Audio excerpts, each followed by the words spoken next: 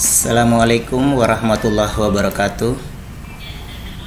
Selamat siang adik-adik mahasiswa dimanapun berada.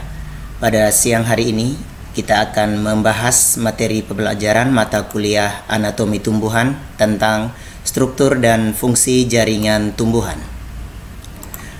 Perlu adik-adik ketahui sebelum kita memulai materi struktur dan fungsi jaringan tumbuhan, untuk mata kuliah ini Pak Uslan didampingi dengan teman dosen, karena kami dosen tim, satunya dengan Ibu Siti Mutmainah Yusuf, SPD MPD. Pada materi ini di depan layar Pak sudah menampilkan peta konsep materi anatomi tumbuhan, dimulai dengan sel, jaringan, dan akan berakhir pada organ seperti akar, batang, daun, bunga, buah, dan biji. Pada video kali ini Pak lebih konsep pada jaringan, pada struktur jaringan, di mana pada jaringan terdapat dua sistem, terdapat dua jaringan, yaitu jaringan primer dan jaringan sekunder. Untuk materi jaringan primer akan dibahas oleh Ibu Siti Mutmainah, sedangkan Pak Uslan pada siang hari ini akan membahas tentang jaringan sekunder. Untuk jaringan sekunder, materi pelajaran hari ini kita akan membahas tentang struktur epidermis pada tanaman. Struktur epidermis pada tanaman terdapat stomata, trikoma, sel kipas, sel silika, dan litokis. Dengan tujuan pembelajaran kita pada siang hari ini, yakni kita diharapkan dapat memahami dan menjelaskan tentang struktur dan fungsi jaringan permanen atau jaringan sekunder pada tumbuhan. Dengan indikator dari pelajaran ini diharapkan kepada kita semua untuk dapat memahami dan menjelaskan tentang cakupan struktur dan fungsi jaringan sekunder pada tumbuhan, terutama pada jaringan epidermis seperti stomata, trikoma, sel kipas, sel silika, dan litokis. Untuk siang hari ini kita akan lebih fokusnya pada jaringan epidermis, terutama derivat dari epidermis yang berupa stomata dan trikoma. Kita akan memulai jaringan tumbuhan. Sebelum kita lanjut pada jaringan tumbuhan, tentu adik-adik sebelum mempelajari tentang struktur anatomi sudah mengenal istilah tentang sel dan jaringan. Pak sedikit mereview tentang sel. Apa itu sel? Sel adalah bagian terkecil dari tubuh makhluk hidup. Sedangkan jaringan adalah sekumpulan sel yang memiliki bentuk serta fungsi yang sama. Nah, pada jaringan itu ada jaringan meristem dan jaringan permanen.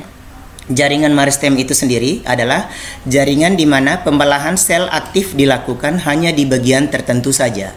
Sedangkan jaringan permanen di mana bagian lain yang tidak mengalami pembelahan. Okay.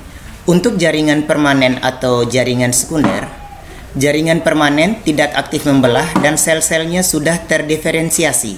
Sel-selnya sudah beralih fungsi sesuai dengan keberadaannya pada struktur tumbuhan.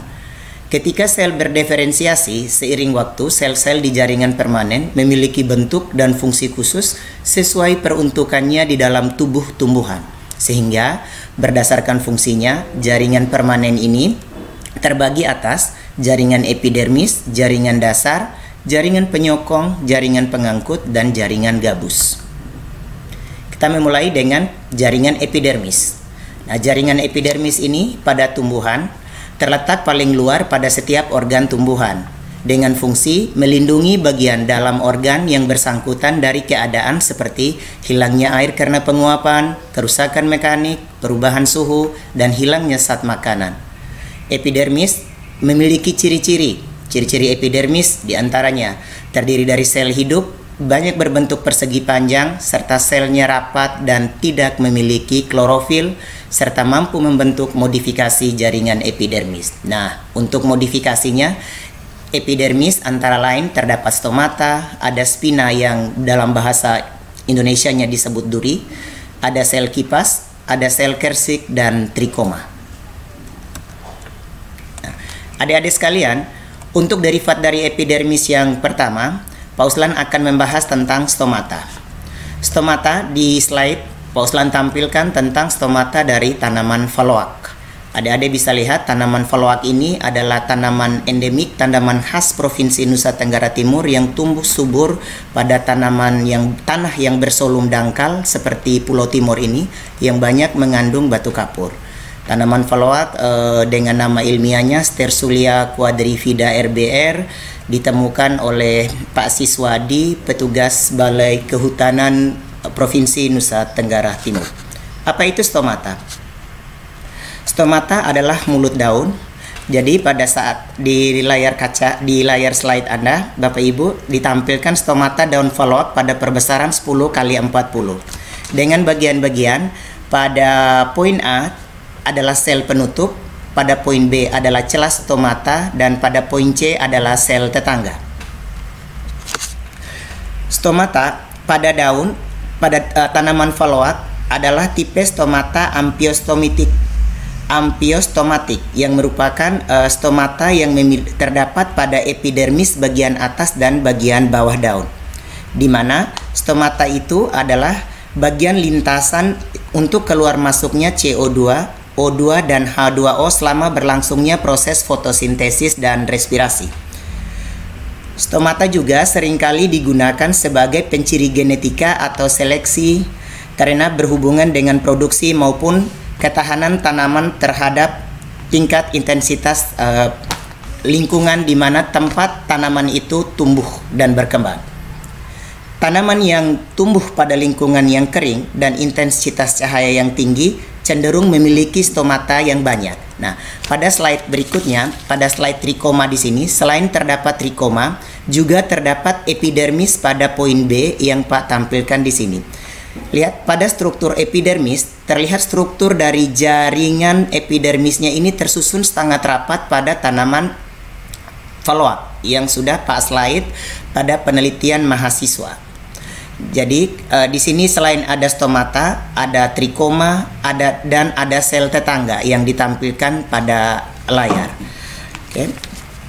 Adik-adik sekalian, setelah stomata, derivat dari epidermis berikutnya yang sudah mengalami perubahan bentuk serta fungsinya adalah trikoma. Trikoma merupakan derivat epidermis. Jadi, derivat epidermis di sini, trikoma sudah mengalami bentuk yang spesifik atau struktur tambahan pada epidermis yang memiliki fungsi tertentu. Trikoma dan stomata ditemukan pada sebagian besar tumbuhan yang memiliki butir klorofil. Sehingga trikoma itu bisa disebut juga sebagai rambut-rambut yang tumbuh dari sel epidermis dengan bentuk susunan serta fungsinya yang bervariasi. Dengan fungsi dari trikoma antara lain untuk akar yang berperan dalam proses penyerapan. Dengan adanya epidermis daun dan batang berguna untuk mengurangi terjadinya penguapan dan berbagai gangguan secara mekanik. Pada tanaman foloak ini, selain stomatanya yang bersifat diasitik, karena pada tipe stomata itu terdapat 6 tipe, yaitu anomositik, anisositik, parasitik, diasitik, dan aktionisitik. Sedangkan pada tanaman foloak, tipe stomatanya adalah tipe diasitik. Pada trikoma tanaman foloak ini memiliki tipe trikoma granular. Tipe trikoma granular ini di mana ciri-cirinya trikoma memiliki trikoma hidatoda, di mana untuk mensekresi senyawa organik dan anorganik, ada trikoma untuk mensekresi madu, dan ada trikoma yang menghasilkan lendir, serta trikoma untuk mengekskresikan minyak serta rambut gatal atau untuk menginjeksi racun. Jadi adik-adik sekalian, untuk tanaman foloak tipe trikomanya ada tipe granular. Karena tipe trikomanya ini adalah tipe granular, maka tanaman foloak ini cocok tumbuh di tempat tumbuh lahan kritis seperti yang berada di Provinsi Nusa Tenggara Timur. Adik-adik sekalian, demikianlah perkuliahan kita hari ini pada mata kuliah anatomi tumbuhan. Kita akan berjumpa kembali pada video pembelajaran yang lainnya tentang derivat dari epidermis pada materi yang lainnya. Oke. Oke. Sedangkan untuk pembelajaran video yang lainnya akan dilanjutkan oleh teman saya, Ibu Siti Mutmainah Yusuf, SPD MPD. Sekian dan terima kasih. Assalamualaikum warahmatullahi wabarakatuh. Selamat siang.